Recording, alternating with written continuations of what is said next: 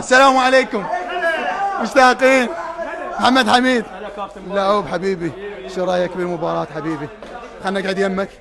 اول شيء مباراة صعبة، مبروك الى الكادر التدريبي والكادر الاداري، كادر الطب، ومبروك للاعبين ابطال، وانت اليوم ما قصرت. مبروك جمهورنا الابطال اللي طيلة الموسم كانوا معانا وما عافونا. هارد لك نادي الزوراء، ان شاء الله القادم افضل.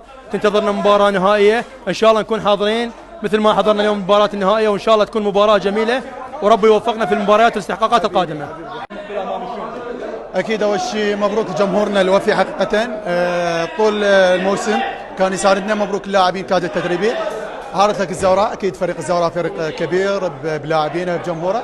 تنتظرنا الان مباراة نهائية امام الشرطة. تعرف هي بعد النهاية ماكو يعني التعويض، هي مباراة واحدة. ان شاء الله انه يا رب الكاس من نصيب قوة جوي.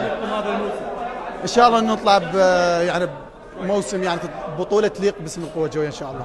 والله يستاهلون جماهيرنا ولاعبينا انه دائما يكونون منصات التتويج. فريقنا صراحه كان يمر بحاله وايضا ضغط جماهيري، لكن الحمد لله والشكر كانوا قدها. مبروك عليهم ومبروك الاداريين وايضا الجهاز الطبي وكل موجودين ويانا.